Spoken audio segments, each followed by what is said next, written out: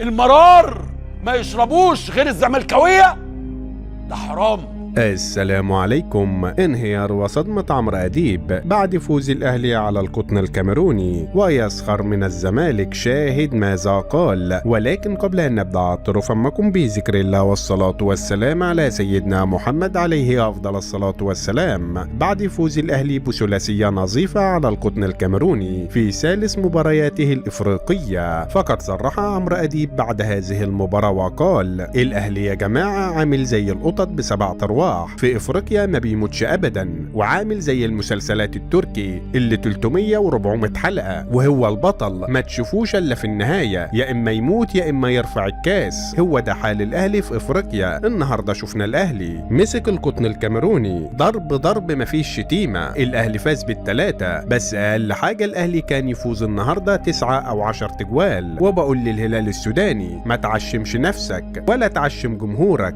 الاهلي هيصعد تاني المجموعة، وانا بقول لكم صن داونز اول والاهلي تاني، بس بعد كده في الادوار الاقصائية بقول لكم الاهلي هيكتسح الكل وهيوصل للنهائي، وكده كده هياخد البطولة. انا عارف كويس انا بقول ايه، وطبعا بعيد الشر على الزمالك، ملوش دعوة بالكلام دوت خالص. الزمالك لطيف وحنين وجميل، الزمالك فريق بيترعب من الفرق الافريقية ولاعبته بيجي لها الرعشة، اما بيقابلوا الترجي ولا شباب بلوزداد، امال لو اتأهلوا للأدوار الإقصائية هيحصل فيهم إيه؟ أرجو من كل لاعب زملكاوي يتفرج من هنا ورايح على النادي الأهلي في أفريقيا، وهتشوفوا الأهلي هيعمل إيه؟ هيحط على الكل. والله الزمالك ده جاب الضغط والسكر، وشكله هيموتنا قريب قبل ما نشوف الزمالك بياخد أفريقيا اللي ما أخدناهاش من 20 سنة. لنا الله يا زمالك. وفي النهاية لو أنت محب للنادي الأهلي اضغط لايك على هذا الفيديو، ولا تنسى الاشتراك في القناة ليصلكم جديدنا.